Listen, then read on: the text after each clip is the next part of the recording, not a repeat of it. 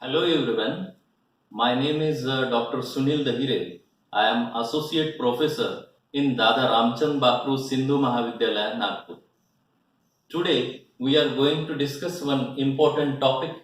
Name of the topic is crystal field theory.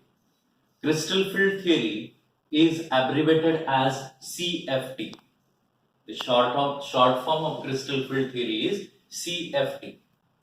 Crystal field theory was originally proposed to ionic solids, but later on this theory is used to explain properties of coordination compounds.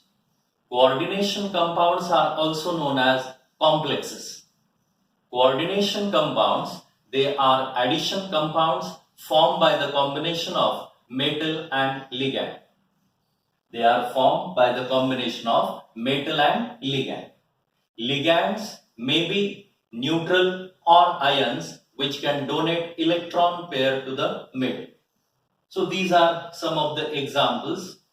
Examples of neutral ligands are NH3, H2O, CO, and examples of ionic ligands are Cn-, Cl-, F-, etc. In coordination compounds, metal is coordinately bonded with ligand. It means that in metal and ligand there is coordinate bond. In coordination compound, one metal combines with minimum 2 and maximum 10 ligand. This number is known as coordination number.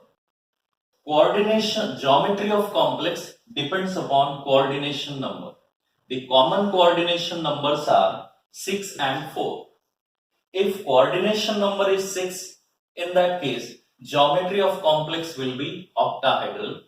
And if it is 4, in that case, there are two possibilities. Geometry of complex is either tetrahedral or square planar. To understand crystal field theory, so let us discuss the shapes of d orbital. We know that there are 5 d orbitals. Name of these d orbitals are dxy, dyz, dxz, dx square minus y square and dz square.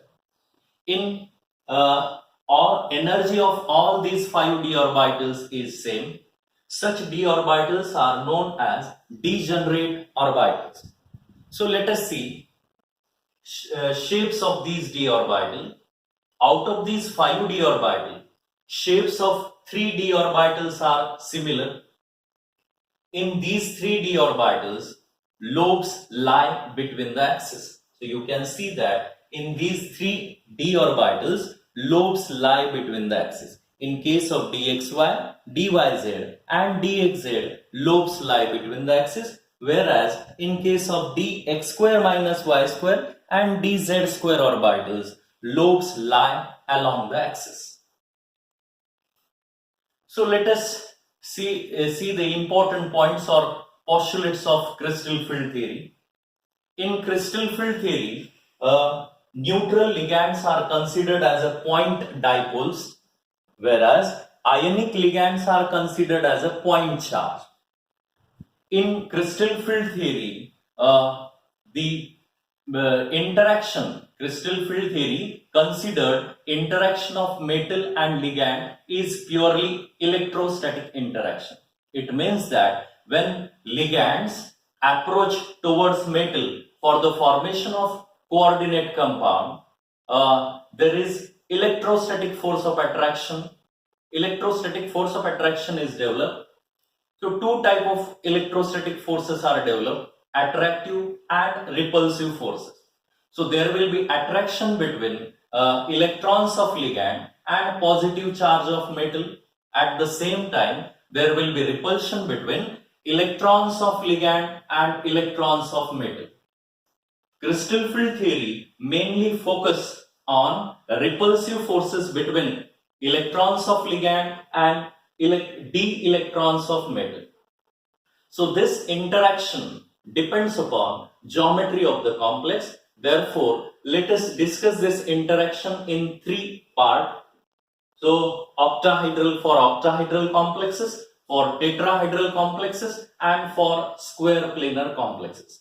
So we will discuss this interaction for these three types of complexes one by one. So let us see splitting of d orbitals in octahedral complexes. In absence of ligand, so from this energy diagram you can see that in absence of ligand, energy of all 5 d orbitals will be same. But when ligands approach towards metal, first energy of 5 d orbitals increases due to repulsive forces, and later on these 5 d orbitals divide into two parts. One set of d orbital is associated with lower energy and other set of d orbital is associated with higher energy. In octahedral complexes, 3d orbital dxy, dyz and dxz, they are associated with lower energy. This set of d orbital is known as d2g, and the set of two orbitals dx square minus y square and dz square is associated with higher energy. This set of orbital is known as Eg. T2g and Eg, these are symmetry related terms. T2g means triply degenerate and Eg means doubly degenerate. So this splitting pattern can be understood from the octahedral geometry. In octahedral geometry, we know that metal is surrounded by 6 ligands. Metal is surrounded by 6 ligands. Out of 6 ligands, 2 ligands are along x-axis. Suppose this is x-axis. 2 ligands are along y-axis and 2 ligands are along z-axis. It means that in octahedral complexes, ligand approaches along the axis. So here we can see that the energy of dxy, dyz and dxz decreases because lobes of these d orbitals lie between the axis. Energy of dx square minus y square and dz square increases because they are in the path of approaching ligand. Therefore, they will experience more repulsive forces and hence they are associated with higher energy. The energy difference between T2G and Eg is known as crystal field splitting energy. Crystal field splitting energy is denoted by delta O. O stands for octahedral, or it is also denoted by 10 dq.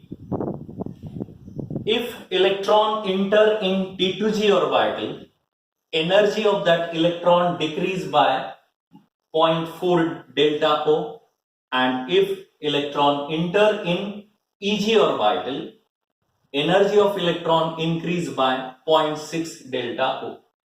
The overall energy changes in the complex can be calculated from CFSE. This term is important to find out stability of the complex. CFSE means crystal field stabilization energy. So crystal field stabilization energy for octahedral complexes can be given by this equation: minus 0.4 into P minus 0.6 into Q into delta O, where delta O is crystal field splitting energy, P means number of electrons in T2G orbital, and Q means number of electrons in Eg orbital. So this is the splitting of d orbital in octahedral complexes. So let us see splitting of d orbitals in tetrahedral complexes. In tetrahedral complexes, splitting pattern is slightly different, because in tetrahedral, when we see the geometry of tetrahedral complexes, in tetrahedral complexes, metal is surrounded by 4 ligands. It is surrounded by 4 ligands, and from this diagram you can see that the approach of ligand is between the axis. As ligand approaches between the axis, energy of d orbitals which lie between the axis, they are associated with higher energy because they will feel more repulsion. So therefore, in tetrahedral complexes, the energy of dxy, dyz and dxz, so these three orbitals increases, and the energy of dx square minus y square and dz square decreases because they are not in the path of approaching ligand. The lower set is made up of 2 orbital, it is known as E set. Higher set is made up of 3 orbital, it is known as T2 set. The energy difference between E and T2 is known as crystal field splitting energy. It is denoted by delta T or 10 dq. Again, if electron enter in E orbital, energy of complex decreases by 0.6 delta T, and if it is increased, if electron enter in T2 orbital, energy of complex increase by 0.4 delta T. Overall, energy changes can be calculated by using the term crystal field stabilization energy, and for tetrahedral complexes, it is given by minus 0.6 into Q minus 0.4 into P and into delta T.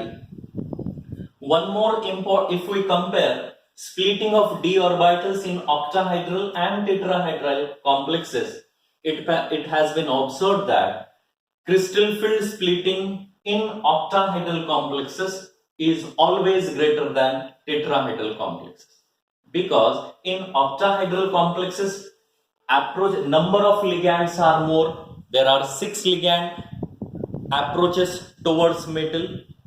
In tetrahedral complexes, number of ligands are less, only 4 ligand approaches towards metal. The exact relation between delta T and delta O is given by this equation. Delta T is equal to 4 by 9 into delta O, or it is also written as delta T is equal to 0.45 into delta O. This is splitting of d orbitals in tetrahedral complex.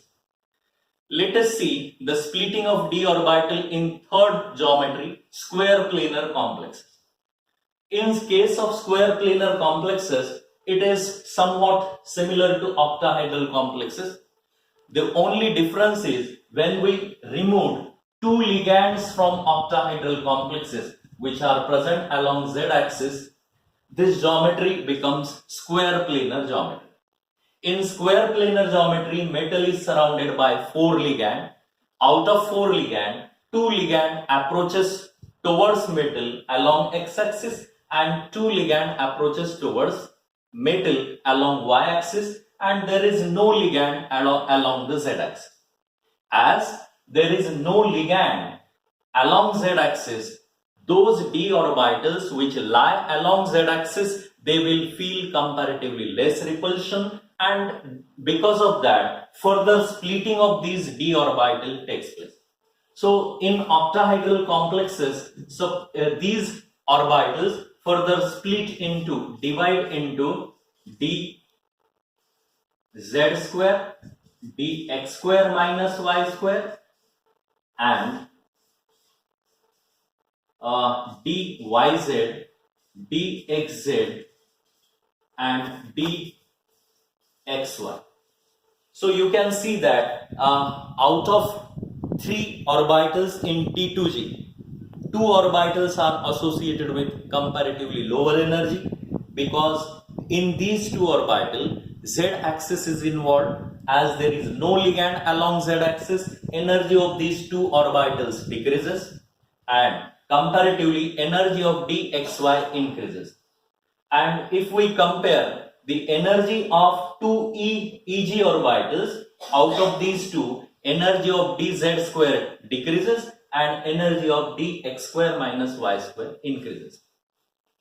This splitting pattern of d orbitals in octahedral, tetrahedral and square planar complexes is very important, because on the basis of this splitting pattern, crystal field theory explain properties of coordination compound such as magnetic properties, color properties.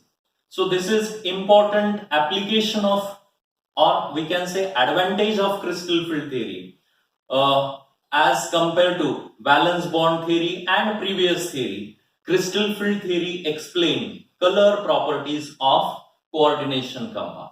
So the color properties, magnetic properties of coordination compounds we will discuss in next section, next part. So thank you. So see you in the next part.